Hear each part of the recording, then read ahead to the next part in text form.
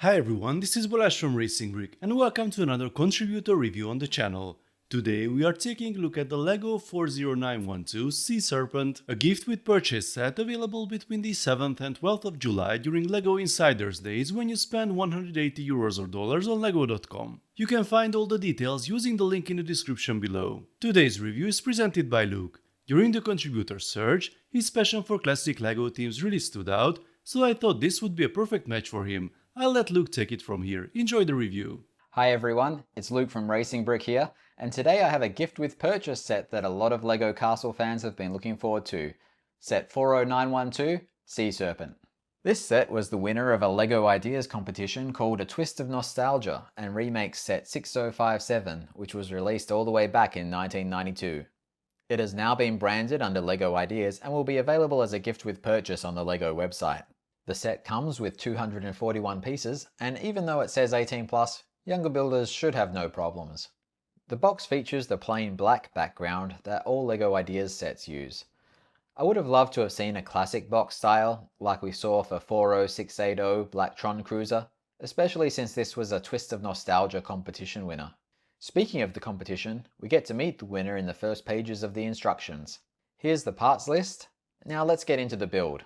Bag 1 contains the set's 2 minifigures. The first Sea Serpent came with 5 minifigs in total, 3 Black Knights and 2 of their rivals, the Black Falcons. I would have loved to have seen just one Black Falcon minifig here to go up against these Black Knights, but we'll have to make do with 2. The minifigs we do have reuse older torso prints with chainmail on front and back. The big news is 2 outstanding shields. These new prints look stunning, with the dragon on metallic gold backgrounds. The build of the ship starts with a lot of snot construction along the keel. This sets us up to add the hull pieces, which provide a sleek shape to this small ship. We add brown plates for the decks, and then we hide some cookies in the hold. The first play feature is a small opening hatch for that hold, keeping those cookies safe and secure. Bag 2 moves us into bulwarks, gunwales, and scuppers. And yes, those are all words I had to learn for this video. You'll notice that the set keeps the blue highlights, just like the Sea Serpent of the 90s. We can now commence work on the cabin, or should that be the after castle? We get to store some precious gold inside before constructing the windows. Hinges are used to form some clever angles, while still being able to open up to access the inside. The end result has nice shaping for such a small scale, while keeping a lot of playability. There's some oars to add to the side, and now it's time for bag 3. The cabin gets a roof, and we add some finishing details to the top. There's a barrel with more baked goods. These Black Knights must have been some hungry sailors. Moving to the front of the ship, we get to finish the bow, including the bowsprit.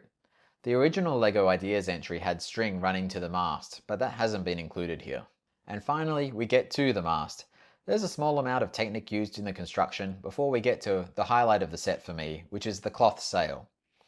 Cloth sails have been restricted to higher end sets recently, and this is the first one we have seen in a set of this scale for some time. The printing is just beautiful, and there's something very nostalgic about a cloth sail versus brick build. A few more details to add, and the Sea Serpent is finished. In my opinion, there's a lot to like here for LEGO Castle fans, and pirate fans too.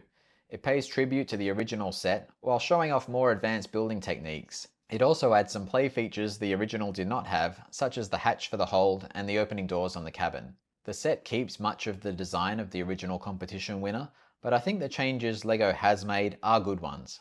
The original LEGO Ideas submission had functional steering, but I think the trade-off for the extra cabin space is worth it. There are not as many shields and flags as the old version, but like the original, you can fit the shields to the ship for extra detail. The addition of one Black Falcon minifig would have really lifted this set. I guess I'm just going to have to make do with an old one. And finally, I want to return to that cloth sail. It was a surprise inclusion, and I'm really glad that LEGO has moved in this direction. Hopefully it's a sign of things to come in smaller pirate sets too. So there you have it. Honestly, I think this is the kind of set the people who grew up with LEGO Castle in the 90s wish LEGO still made. But what about you? Is LEGO sailing in the right direction? Let me know what you think in the comments. Thanks for watching, guys.